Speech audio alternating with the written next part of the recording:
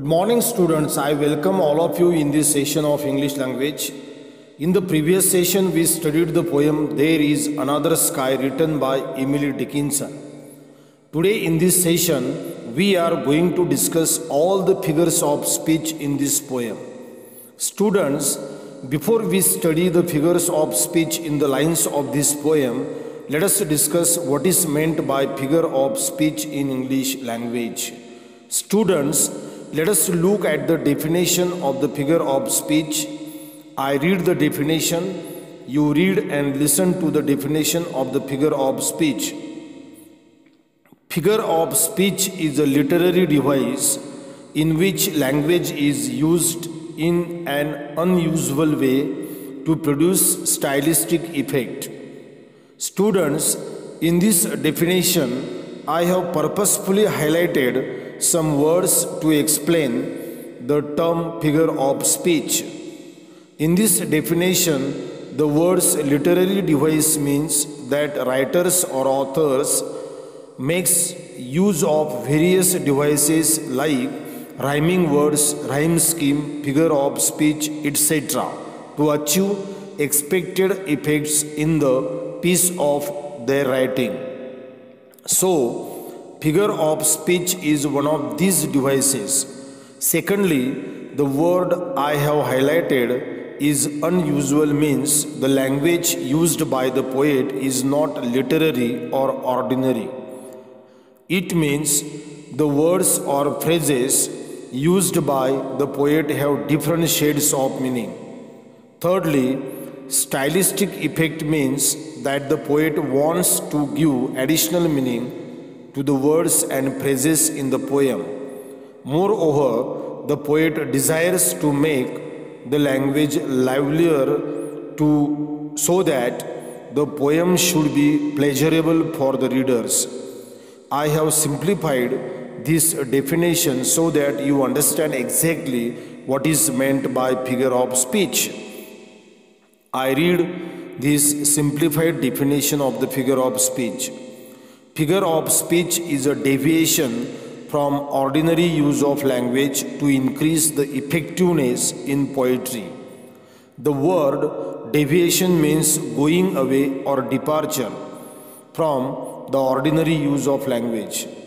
It means that the poet or writer does not stick to ordinary or day-to-day language, rather he makes use of such words or phrases to give additional meaning. Students, there are so many figures of speech in English language. Today in this session, we are going to discuss the figure of speech in this poem, There Is Another Sky. Students, before I explain the lines along with the figures of speech, let me tell you what type of activities are set in the activity sheet in the examination on figure of speech.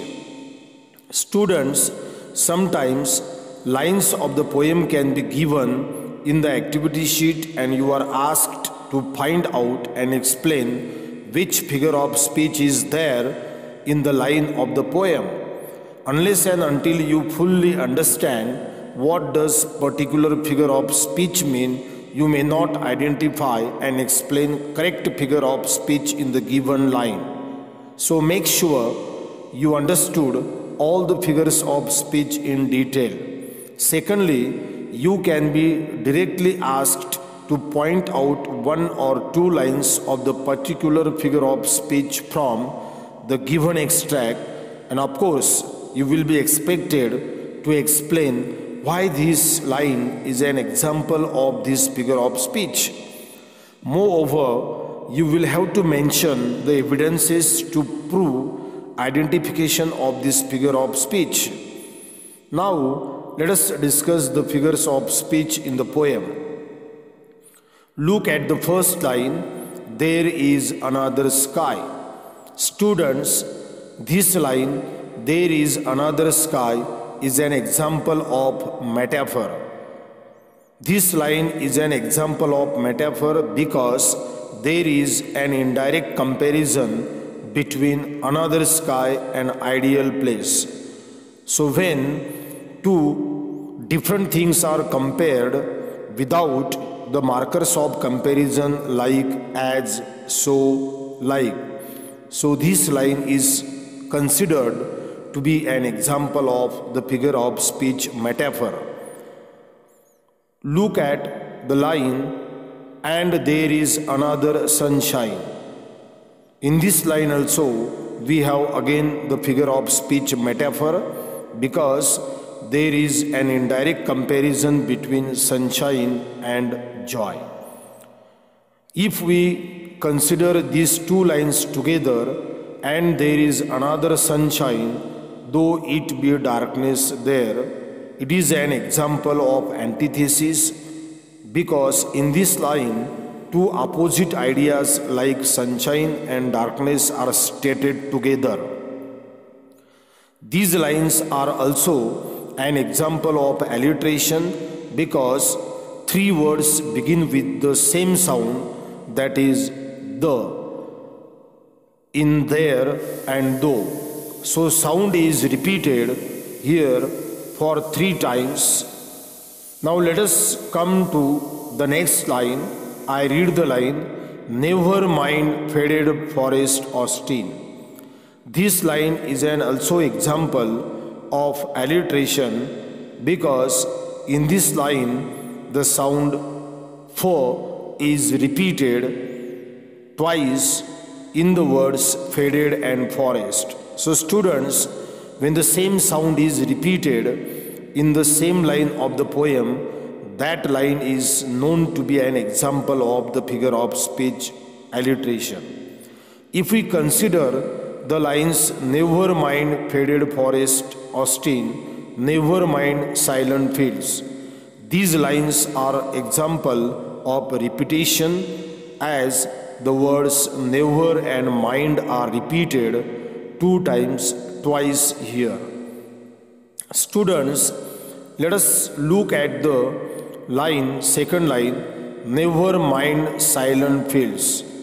This line is an example of the figure of speech personification, because in this line the fields are given animate or human quality of being silent.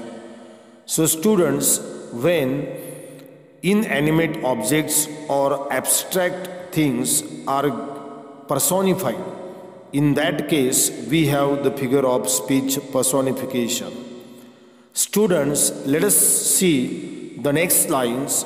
Here is a little forest whose leaf is evergreen. The first line is an example of metaphor, as there is an indirect comparison between little forest and the place the poetess is living. The line whose leaf is evergreen is an example of hyperbole or exaggeration, because it is overstatement. The leaf cannot be green forever. So the idea in this line is exaggerated just to convince her brother. Students, let us move to the next line. I read the line, where not a frost has been. This line can be considered to be an example of the figure of speech inversion, as the correct order or sequence of words has not been followed here. If you look at this line carefully, the word order has been changed. The correct order should have been, where there has not been a frost. Now student, let us come to the next line. I read the line, I hear the bright bee hum. So this line is an example of the figure of speech onomatopoeia, because in this line the word hum indicates the humming sound of bees, and therefore this line is considered to be an example of the figure of speech onomatopoeia. Students, I have given some lines from this poem. You are expected to find out and explain the figures of speech from this line. So these lines are given as an assignment. You find out the figures of speech from the given line and write down these lines along with the answers in your notebook. I conclude my lecture here. I stop here. Thank you.